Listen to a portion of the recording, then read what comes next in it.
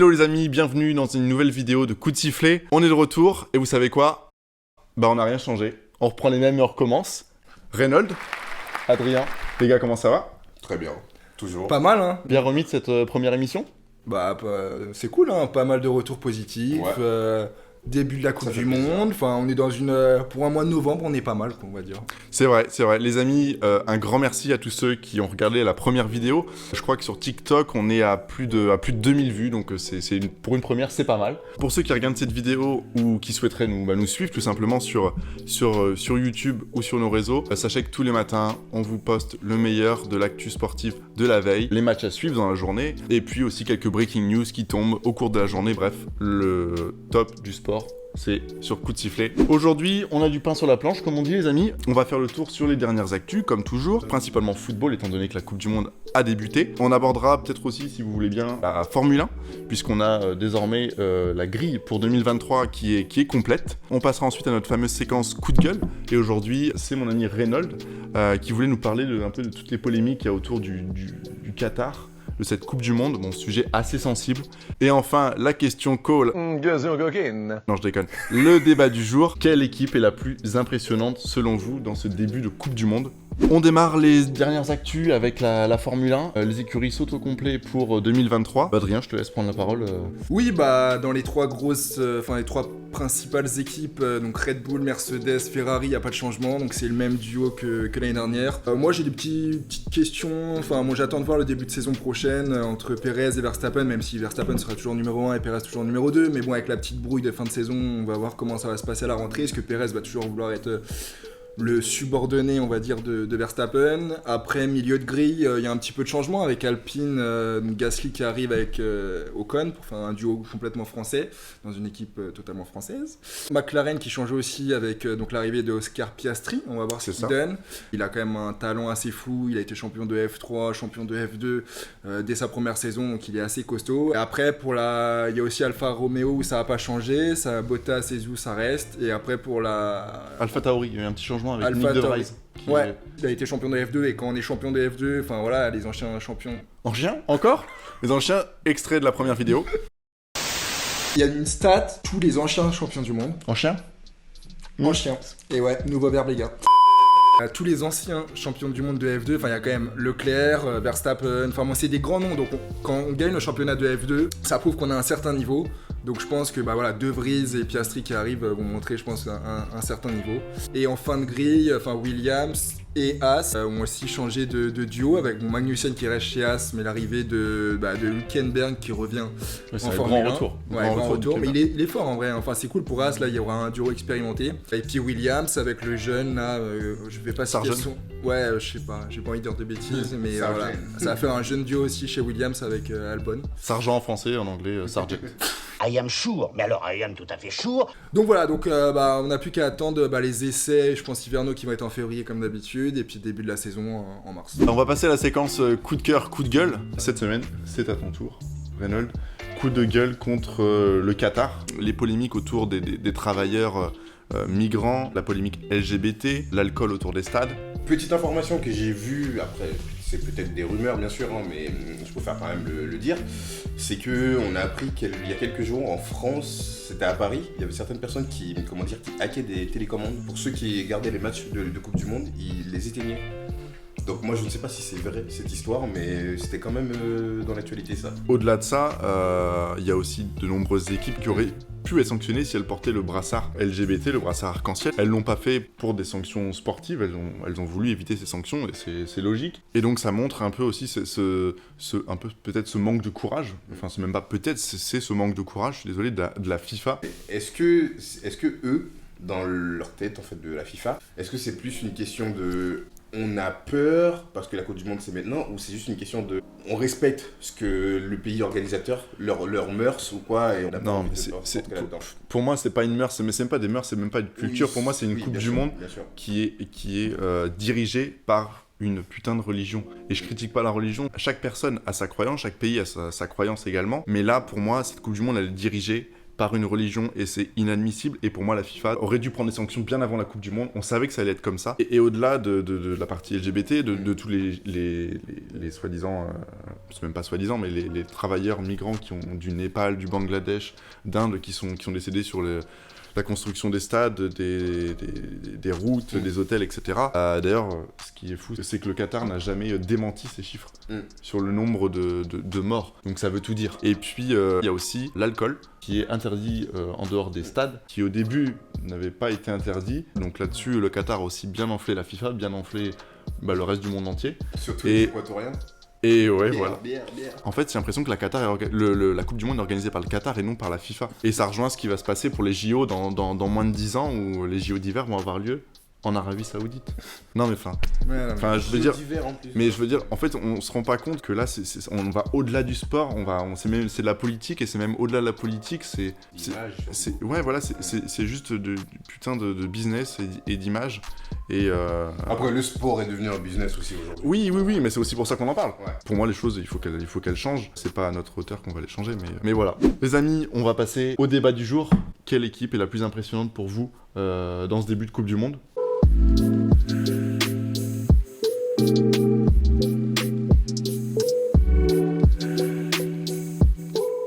Je commence ? Bah quand même l'Espagne, hein, pour le score qu'ils ont mis au Costa Rica, ce qui est quand même assez impressionnant pour un premier match de Coupe du Monde. Après moi il n'y a pas que ça qui m'impressionne, il y a deux choses, il y a deux chiffres que j'ai pu entendre qui prouvent en fait que l'Espagne est vraiment rentrée dans sa Coupe du Monde. C'est qu'ils ont effectué, et c'est énorme, plus de 1000 passes dans un seul match. Et deuxième élément, tous les joueurs, enfin si on comptabilise tous les joueurs ensemble, ont fait plus de 120 km, ce qui est totalement énorme, et ce qui prouve donc, ils font des passes, mais ils se démarquent, ils font en sorte de faire vivre le ballon. Après à voir, c'est une équipe qui est quand même assez jeune, donc à voir contre des équipes un peu plus dures à jouer, un peu plus dures physiquement, voir ce que ça peut donner, mais c'est vrai que là, moi, dans un premier temps, on va dire l'Espagne. Pour moi, très pas. Après, je sais pas si beaucoup de gens vont être d'accord avec moi. Moi, c'est le Japon. Je suis très impressionné par le Japon. C'est vrai. Certes, ils ont gagné un match contre l'Allemagne. Oui, ça peut arriver une fois tous les siècles. Hein. C'est une équipe que je trouve très impressionnante. Et clairement, je ne sais pas si vous connaissez. Moi, j'ai regardé cette équipe. J'avais l'impression de regarder Blue Lock. Petite référence pour les amateurs d'anime.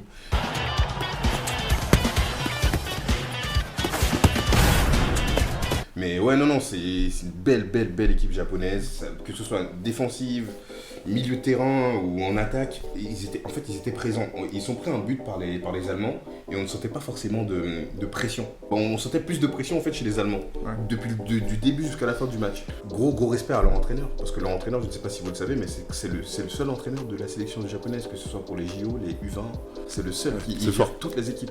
C'est-à-dire que il est partout en fait le gars. Donc ces joueurs il les connaît, que ce soit des jeunes qui montent en équipe A.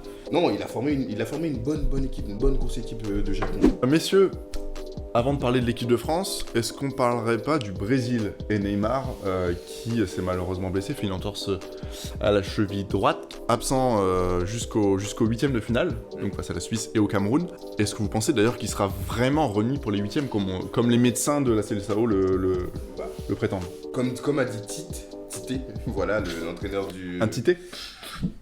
C'est pas drôle, frère, c'est pas drôle, ça ne fait rire personne. Regarde, qui rit? Il n'y a pas d'inquiétude à avoir, apparemment. Sur sa jambe, une petite foulure, d'accord, ça peut arriver. Et à partir du moment où un entraîneur te dit qu'il n'y a pas d'inquiétude à avoir pour Neymar, je préfère croire que c'est comme ça. Ils savent que Neymar, c'est un joueur fragile. Oui, mais justement, il est quand même très fragile. Est-ce que c'est pas aussi pour rassurer en disant... oui. Il a quand même raté la Copa América il y a quelques années. Là, il raterait quand même une partie de la Coupe du Monde. Pour moi, c'est quand même mauvais signe. Ce joueur, il a quand même souvent été blessé dans des périodes qui étaient cruciales pour son équipe. Mais moi, je dirais qu'il sera prêt pour les 8e. Et pourquoi il sera prêt? Parce que c'est la Coupe du Monde. Et au niveau du rythme, il va pas perdre son rythme en 10 jours. Donc il aura toujours le rythme. Et même s'il a une petite gêne, c'est la Coupe du Monde. Donc de toute façon, il va avoir des injections non pas de Botox, mais de... On va pas dire Doliprane, je sais pas comment... Enfin, je suis pas médecin. De Doliprane, oui, parce qu'il est intense. T'es pas médecin, toi. Bref. Non, mais vous connaissez quoi, les injections, tout ça pour apaiser la douleur. En vrai, la photo est impressionnante de sa cheville. Enfin, c'était très enflé. Enfin, de ce que j'ai entendu, encore une fois, je suis pas médecin, mais il était quand même pas en béquille. Et c'est quand même assez bon signe si le mec, même s'il boite, peut marcher. C'est bête, hein, mais le Brésil, avec ou sans Neymar, c'est complètement différent. Je pense que Neymar attire une attention délirante. Et donc les Richarlison et Vinicius, ils peuvent en profiter. En fait, au tout début du match, ils étaient un peu dominés. La Serbie dominait un peu quand même. Claire, on va pas se mentir, avec la taille, avec même la vitesse de jeu, la Serbie allait plus vite. Mais Neymar, en fait, toutes les bonnes actions du Brésil, ça passait par lui. Ouais, non, mais oui. Quand même, c'est... On passe d'un champion à un autre. On passe de Neymar à Ronaldo, qui a marqué un nouveau but en Coupe du Monde avec le Portugal, pour l'emporter 3-2 d'ailleurs face au Ghana. Il est devenu le premier joueur à marquer 5 buts dans 5 Coupes du Monde différentes, de 2006 à 2022. Voilà, c'est encore un record à ajouter à son palmarès. C'est très très fort. Est-ce que vous pensez aussi que le Portugal a ses chances ? Très impressionnant de marquer sur sa 5 Coupe du Monde, donc ça prouve sa longévité dans le temps. Après, le Portugal, honnêtement, c'est pas l'équipe qui m'impressionne le plus, parce que pour moi, c'est plus des individualités, pour l'instant en tout cas. Si on mettait vraiment cette alchimie de groupe, on aurait peut-être la meilleure équipe de la Coupe du Monde, très franchement. Là-bas, la majorité des joueurs jouent dans des grosses équipes et qui ont un impact dans leurs équipes. En Oui. Et s'ils arrivaient à jouer vraiment ensemble, on serait peut-être pas loin des favoris pour la Ah Coupe oui. du Monde. Mais ils iront pas au bout. On va parler d'une équipe africaine qui fait aussi pas mal parler d'elle. C'était alors la première à gagner un match dans cette Coupe du Monde. C'est le Sénégal qui a remporté seulement son deuxième match, le premier match qui a perdu contre les Pays-Bas, et qui s'est imposé contre le Qatar, et d'ailleurs qui a éliminé le Qatar. Déjà, ils sont champions d'Afrique. C'est la meilleure équipe d'Afrique. Mais est-ce que pour vous, ils ont cette chance, peut-être en quart ? Je sais pas. Moi, je pense que le Sénégal... Après, moi, je mets un billet sur le Sénégal. Donc voilà. Un billet sur quoi ? Sur le Sénégal, sur le fait qu'ils vont passer.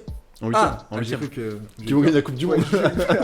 Non, là, faut pas exagérer. Mais meilleure pas. équipe africaine de cette Coupe du Monde. Oui, clairement. Bah, s'ils sont... Fichon ? Oh là ! Je crois que j'ai des problèmes de diction. Non, pour moi, le Sénégal, sans Mané, c'est quand même une grosse perte. Après, ça joue bien, ok. Bon, bref, on verra quoi. Notamment les Anglais qui, pour l'instant, nous surprennent pas tant que ça, à part leur premier match. Premier match, super impressionnant, parce qu'ils ont quand même des très bons jeunes joueurs. Enfin, l'Euro, ils ont quand même fait un super Euro 2021. Ils ont une très très bonne équipe, franchement.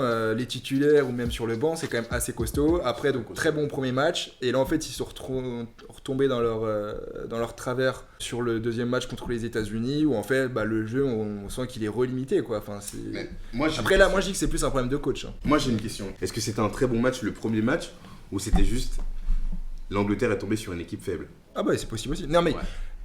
Alors, il y a les deux, c'est sûr. Ils ont joué l'Iran. Mais l'Iran qui s'est quand même imposé contre les Pays de Galles 2-0. Après l'Iran, avec le match, contexte voilà. et tout, ils étaient pas trop dedans. Voilà.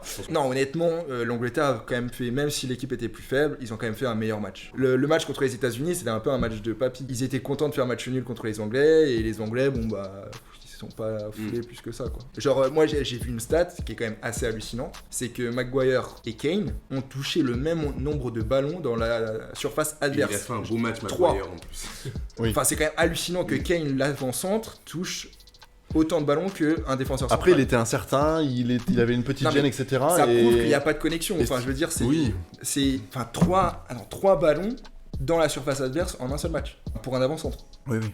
Très peu. Très Après, peu. je trouve que ce début de Coupe du Monde, c'est plus un distributeur que Oui. Non, mais, qu'un mais vrai attaquant. théoriquement, ton attaquant de pointe, je pense que Giroud, enfin, si on peut comparer à Giroud, qui ont un peu, je trouve, le même rôle, un peu, on va dire. Ou non, pas.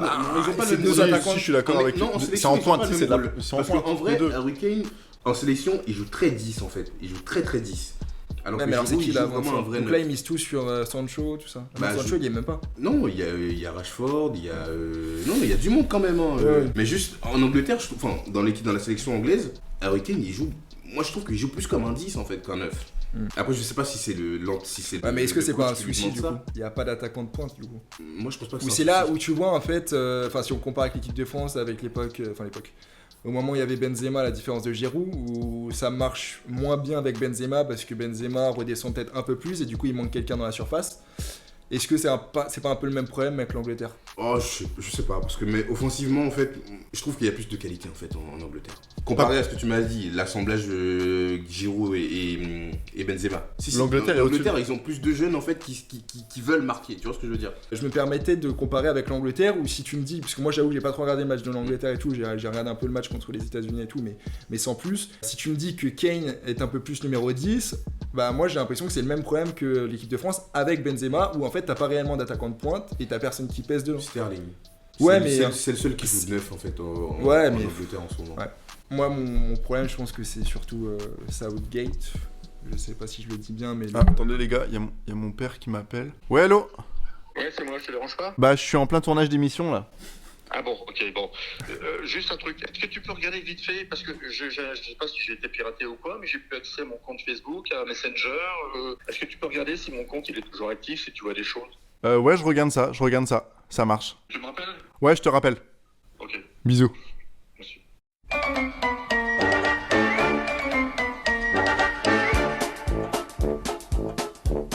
On termine encore un autre match complètement inattendu entre l'Argentine et l'Arabie Saoudite. L'Argentine qui s'est inclinée face à l'Arabie Saoudite De 1. de 1. Des explications, monsieur le Fan de l'Argentine. fan de l'Argentine, fan de Messi. Rapide. Moi j'ai des explications. Ils ont été nuls. Moi j'ai des Nuls, explications en vrai. si tu veux. Je pense qu'ils sont fait. Non, ils sont fait surprendre en fait. Et je pense totalement que l'Argentine a sous-estimé l'Arabie Saoudite sur le match. Et ils se sont fait surprendre et ils étaient choqués. Voilà. Moi j'ai une explication. Ok, ils ont 35 matchs, je crois, 36 matchs invaincus. Et en fait là c'est la première fois dans les 36 matchs qu'ils se font vraiment bousculer. Où en fait ils se font mener au score alors que d'habitude c'était plus eux qui menaient au score, ils se faisaient jamais trop rattraper ou il y avait match nul. Et là en fait ils se font rattraper, ils sont menés au score et en fait c'est là où tu vois que moi au début l'Argentine je les mettais vraiment dans les favoris. Et là j'ai l'impression qu'il manque vraiment de caractère. Et surtout il y a un gros problème en défense j'ai l'impression où c'est quand même assez limité, donc à voir. Mais est-ce qu'ils vont être champions du monde? Tu vois, là j'ai vraiment des doutes par exemple. De toute façon, en vrai, là aujourd'hui, on peut même pas dire qu'il Non. va être champion du monde, dans tous les cas. Non, mais il y a quand même des équipes où Qui sont prétendants, c'est Et sûr. qui sont bien partis, en tout cas, Brésil pour l'être. pour moi, bon là ils ont pas été super impressionnants pour l'instant, mais parce que bon après ils ont affronté une équipe comme la Serbie qui est assez costaud. Mais pour moi là tu vois je mets l'Espagne. C'est ça, hein. En vrai, pour moi, il y a qu'une seule équipe qu'on et le peut, Brésil. on peut clairement dire, mais Non, qui non, domine, non, mais qui domine dans le jeu, qui domine dans Bah, Oui mais juste, le Brésil aussi. On va terminer là-dessus. Les 4 équipes, pour vous, qui seront en demi, puisque c'était le sujet de la première vidéo, est-ce que la France peut aller en demi? Les 4 équipes qui peuvent aller en demi, selon vous? L'Espagne? Le Brésil? La France ou pas? Moi j'ai Je trouve encore. que c'est encore trop tôt. Moi, de j'ai dire encore ça. des doutes. C'est encore trop tôt. Ok. Ouais.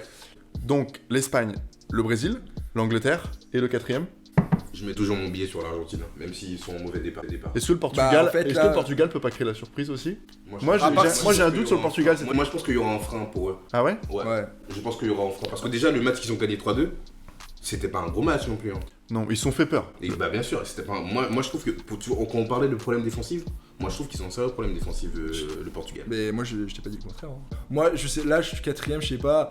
Allez, enfin par rapport au premier match on pourrait dire l'équipe de France, tu vois, mais. Oui, c'est pour ça. Moi personnellement, pour- j'aurais mis l'Espagne, l'Espagne, Oui, le Brésil, l'Angleterre là, à et l'instant la France. T, on peut dire la France, tu vois, mais après, moi, j'attends de voir contre une plus grosse équipe, C'est ça. le milieu de En terrain. huitième, qui, parce que pour ça moi- doit- Parce que ouais, je les enlève pas non plus dans mes prétendants, la France. Hein. C'est Oui, pas oui, parce que mais- l'Argentine, juste, mais en mode, je les laisse, c'est bancal encore. pour moi. On en Ouais. parlait aussi, encore une fois, hors caméra, mais en Mm. 2018, toi, tu disais que c'était un petit peu ce même schéma-là.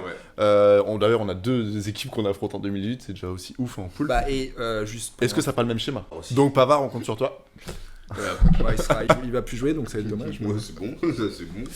Ok. Dis ça si. Ok, bah super les amis, bah écoutez, merci. C'est la fin de cette vidéo. On espère que ça vous a plu, encore une fois. Il y avait énormément de choses à dire, énormément d'équipes, mais on a essayé d'aller à l'essentiel. On se retrouve très vite pour une nouvelle vidéo, pour la suite de cette Coupe du Monde, sûrement pour débriefer l'ensemble des matchs de poule et à mener sur les 8e. N'oubliez pas de vous abonner à la chaîne et surtout de supporter l'équipe de France. Et pas l'Argentine. Et pas l'Argentine. Rendez-vous la semaine prochaine pour encore une fois vous couper le sifflet. Ciao.